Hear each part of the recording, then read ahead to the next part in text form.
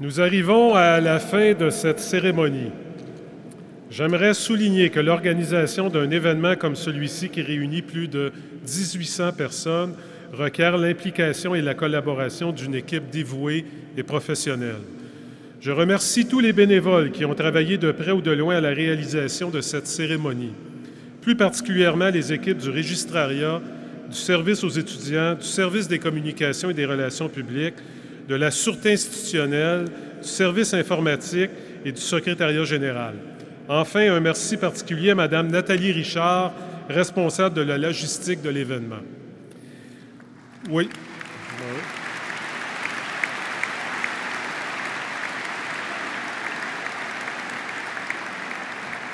Alors, tous ont travaillé à l'image de vos efforts afin que cet après-midi soit un moment privilégié et je vois que ça a été apprécié. Je souhaiterais également souligner que le programme musical a été exécuté par M. Jean-Michel Grondin, organiste de l'Oratoire. Je vous informe que les photos de la cérémonie seront disponibles sur le site de Spec Photo et qu'un photographe sera à votre disposition sur la scène après la cérémonie si vous le désirez. En mon nom et au nom de nos invités d'honneur, de tout le personnel, des professeurs chargés d'enseignement, de la direction de Polytechnique, je réitère mes félicitations aux diplômés. Je vous souhaite sincèrement une très belle carrière et surtout la réalisation de vos rêves. Afin de souligner cet événement mémorable et comme le beau temps le permet, nous vous invitons dans quelques instants à partager un vin d'honneur sur le belvédère extérieur situé à l'étage inférieur derrière vous. Maintenant que nous arrivons à la fin de la cérémonie, je vous rappelle que des bénévoles vous indiqueront l'accès à emprunter pour la sortie. Pour les personnes à mobilité réduite, nous vous prions d'attendre avant de vous diriger vers l'extérieur. Voilà, mon rôle s'arrête ici. La dernière partie vous appartient, chers diplômés. C'est donc avec plaisir que j'invite vos collègues Adriana Hull, diplômée au baccalauréat en génie médical, et Samy Hachette, diplômée au doctorat en génie électrique, à nous adresser la parole. Je les invite donc à me rejoindre au lutrin.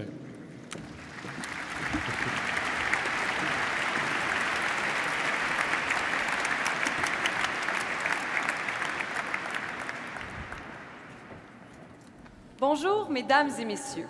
Je suis Adriana Hull et je viens de terminer mon diplôme de premier cycle en génie biomédical.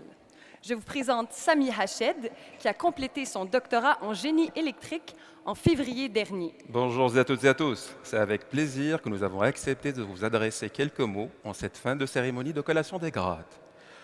Ouf, enfin fini. Pour nombre d'entre nous, c'est la fin. L'ultime consécration tant attendue.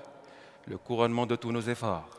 Pour d'autres, ce n'est qu'une pause estivale avant de poursuivre de plus belle et avec autant d'intensité des études supérieures. Mais c'est joli comme nom, Adriana. C'est italien? Oui, la famille de ma mère est d'origine italienne.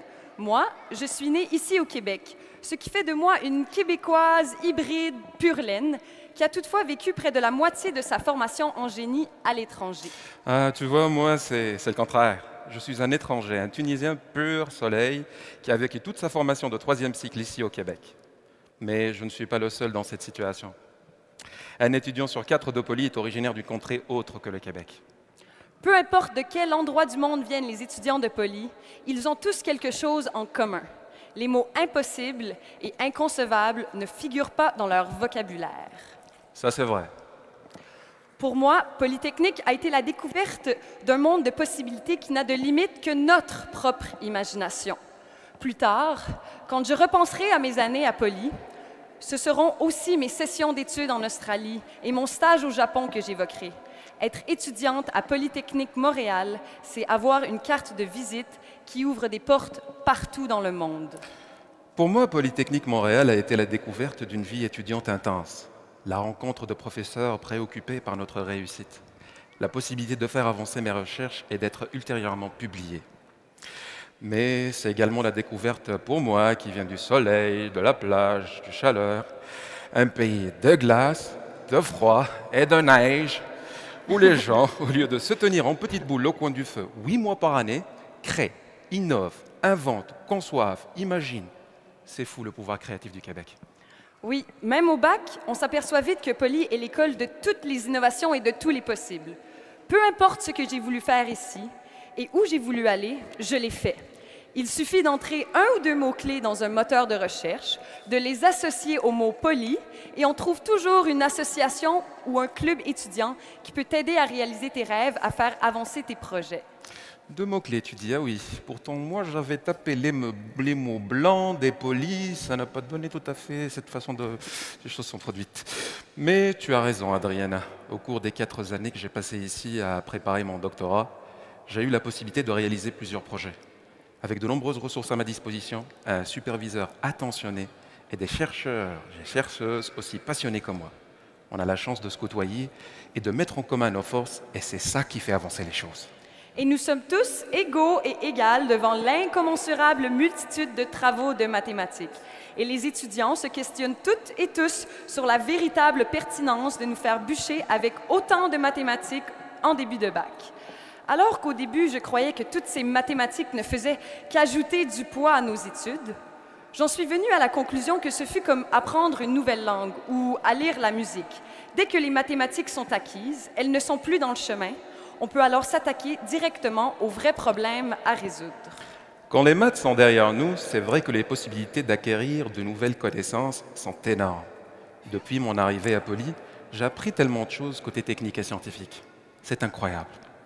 Et sur le plan humain, j'ai appris la tolérance et à travailler au sein d'une équipe pluridisciplinaire et multiculturelle.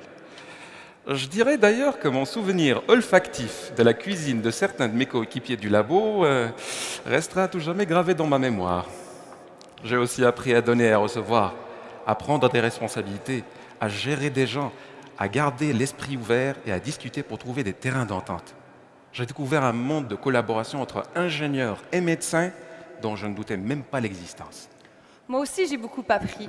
Sur le plan scientifique, mais aussi sur le plan personnel. J'avais 19 ans au début du bac et j'en aurai bientôt 25. Je n'ai plus du tout les mêmes objectifs et je trouve ça intéressant de le constater. À travers tous ces cours techniques, j'ai appris qu'un problème que je croyais de prime abord insurmontable devenait soudainement plus facile à résoudre. J'ai acquis de l'assurance, j'ai davantage confiance en moi et en mes décisions, et je me sens plus compétente grâce à cette transformation qui s'est lentement opérée pendant mes 5 années au bac. Même si notre passage à Polytechnique semble avoir été relativement positif à tous les deux, je dois bien avouer que ce fut, à certains égards pour moi, un parcours du combattant. Parfois, je me suis dit que je n'y arriverais jamais. Je voyais mes amis ingénieurs qui ont commencé à pratiquer après le bac, et je me demandais pourquoi j'avais choisi une telle vie de sacrifice et de misère. L'austérité financière avant la lettre. S'ajouter à ça les commentaires intoxicants des gens qui prétendaient qu'un doctorat ne sert à rien, qu'on ne trouvera pas plus d'emplois. Maintenant que j'ai terminé et que je vois la lumière au bout du tunnel, je suis tellement fier du chemin parcouru. Quand on commence à publier et qu'on observe l'intérêt suscité par nos recherches auprès de nos pairs et du public en général, ça nous donne du vent dans les voiles. Il n'y a pas plus grande fierté. Et après tout, le doctorat, c'est la plus haute distinction qu'on puisse obtenir. Wow, ça me donne de plus en plus le goût de continuer. Je sais que c'est avec fierté que j'exercerai un jour mon métier d'ingénieur. Nous avons la chance de faire un travail qui est essentiel dans notre société, car ce sont les ingénieurs qui conçoivent et créent des technologies et des instruments, qui travaillent en industrie, qui font avancer les choses. Au cours des dernières années, la commission Charbonneau a relevé les écarts d'une conduite d'une petite poignée d'ingénieurs. Ceux-ci ont malheureusement déteint sur notre profession. Je pense que nous avons la responsabilité de redorer le blason de notre profession en mettant en pratique la tolérance zéro. Et cela doit commencer jeune, même au bac. Cette année, j'étais directrice des étudiants en génie biomédical et je me suis assurée que toutes les décisions que je prenais impliquaient tout le monde. Je voulais agir en toute transparence. Quand on prend un mauvais pli à 24 ans, ça part mal. Nous avons donc une responsabilité rattachée à l'éthique. Il y a des conséquences, souvent tragiques, à travailler mal. Je suis tout à fait d'accord avec toi. Un peu comme le serment d'Hippocrate chez les médecins, je crois qu'il faut rappeler aux ingénieurs qu'ils et elles sont des bâtisseurs et non des destructeurs. Quand nous mettons la main dans la pâte, pour pousser la technologie vers l'avant, nous contribuons à l'avancement des sociétés. Et ce n'est pas rien. Je termine en vous racontant ce qui me revient souvent à l'esprit quand je fais face à un problème ou je dois relever un défi. Quand le général Hannibal Barca, né au IIIe siècle avant Jésus-Christ, lui et ses troupes de Carthaginois sont arrivés devant les Alpes avec leurs éléphants, il s'est retourné vers ces hommes et leur a dit « Nous trouverons un chemin, nous en créerons un. » Il n'y a pas plus fort que la détermination d'un être humain. Quand on veut quelque chose, on peut le faire. Le plus difficile, c'est toujours de faire le premier pas. Je n'ai pas une aussi belle anecdote remplie d'éléphants, de montagnes à franchir, de Carthaginois et de général Barca que Samy, mais avant de procéder au traditionnel lancer du mortier, je veux remercier au nom de toutes les étudiantes et de tous les étudiants de Polytechnique qui reçoivent aujourd'hui un diplôme, nos parents, nos familles, nos amis et nos professeurs pour leurs encouragements soutenus tout au long de nos études. Sans la présence de toutes ces personnes autour de nous, la cérémonie d'aujourd'hui n'aurait certainement pas le même goût ni la même couleur. Tu te rends compte, Adriana, une majorité d'entre nous viennent de terminer ses études de génie. À partir d'aujourd'hui, l'avenir nous appartient et ce sont nos idées, nos mains, nos bras qui verront au progrès de nos sociétés.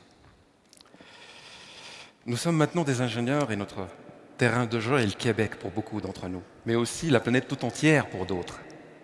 On a le droit de s'applaudir, n'est-ce pas?